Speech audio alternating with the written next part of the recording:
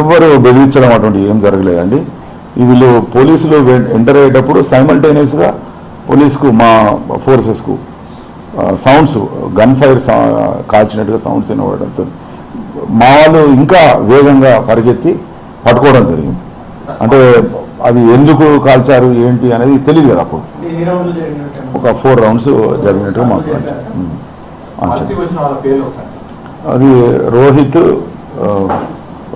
Mahesh, Ritesh, Maneet and Koushik, Arjun వీళ్ళండి 6 persons positive.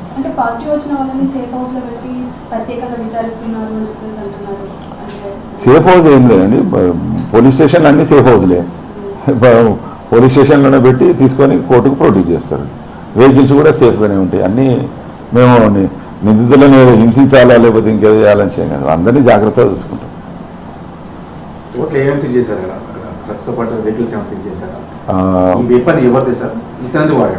ఈ weapon Riteish అనే వ్యక్తిది. అతను ఎందుకు వాడారు అనేది మనం ఇంకా విచారణలో భాగంగా తెలుస్తుంది. అసలు వాళ్ళకి ఇప్పుడు మనకు అంత ప్రొసీజర్ ఫాలో అవడానికి టైం పట్టింది. జరుగుతూ ఉంటుంది ప్రొసీజర్, దాని ప్రకారం మనం వర్క్ చేస్తాం. Thank you.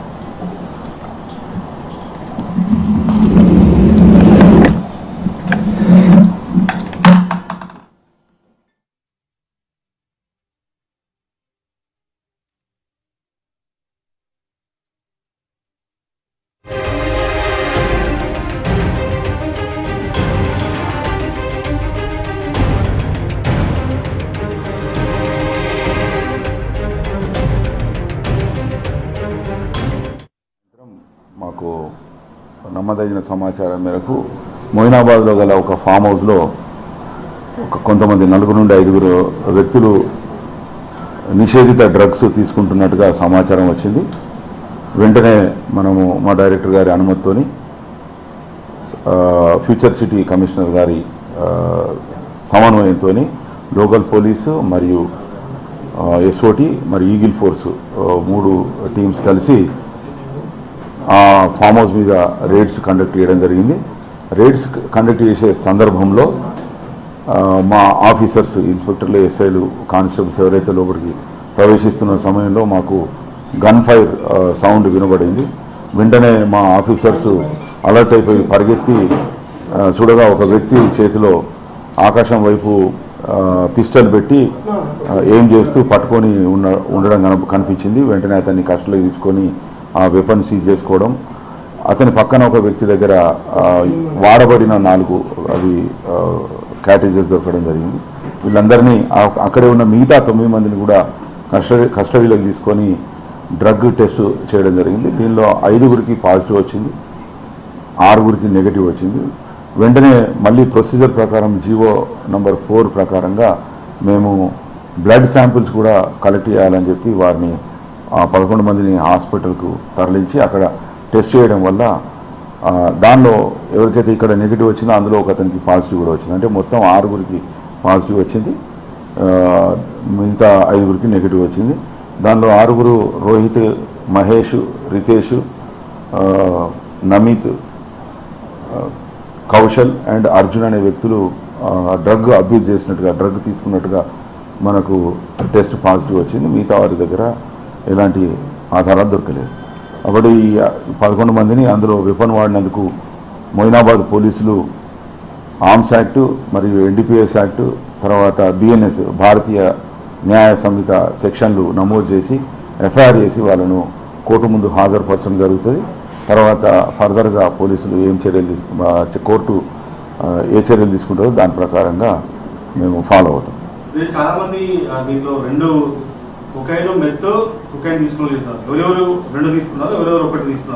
అంత డీటెయిల్గా మనం అంతా కోర్టుకే సబ్మిట్ చేస్తాము. 1-2 లోపల మాత్రం మెత్ అండ్ కొకైన్ కనబడ్డదని తెలుస్తుంది, మిగతా వాళ్ళకు కొకైన్ కనబడ్డట్టున్నది. ఇది వాళ్ళు ఎక్కడ తీసుకున్నారు, ఏంటి, ఎప్పుడు తీసుకున్నారు, ఇప్పుడు తీసుకున్నది ఏంటి, గతంలో తీసుకున్నదంతా ఎఫ్ఎస్ఎల్ రిపోర్ట్స్ వచ్చిన తర్వాతనే మనం నిర్ధారణకు రాగలుగుతాం. అది చెప్పలేము మనము. ఆ ప్రాపర్టీ ఏంటనేది మనం ఖచ్చితంగా కోర్టు ద్వారా శాంపుల్ తీసుకొని ఫోరెన్సిక్ సైన్స్ ల్యాబొరేటరీకి పంపించిన తర్వాతనే మనం నిర్ధారించగలుగుతాం. ప్రజాప్రతినిధులు ఉన్నారు, ఇప్పుడు బిజినెస్ మ్యాన్స్ ఉన్నారు.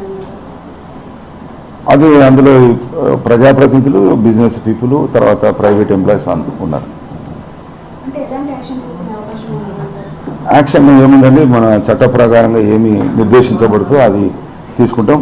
ఫస్ట్ అయితే మేజిస్ట్రేట్ దగ్గర ప్రొడ్యూస్ చేసి, మొయినాబాద్ పోలీసులు వాళ్ళు ప్రొడ్యూస్ చేసిన తర్వాత కోర్టు ఏం నిర్ణయం తీసుకుంటో దాని ప్రకారంగా. రాత్రి ఏమో ఎంపీకి నెగిటివ్ అన్నారు, పొద్దున్న లేసరికి పాజిటివ్ అయింది. రాత్రి నుంచి పొద్దున వరకు ఏం జరిగింది?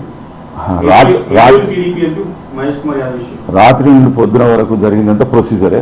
ఆ ప్రొసీజర్లో భాగంగా ఫస్ట్ యూరిన్ టెస్ట్ చేయడం జరిగింది.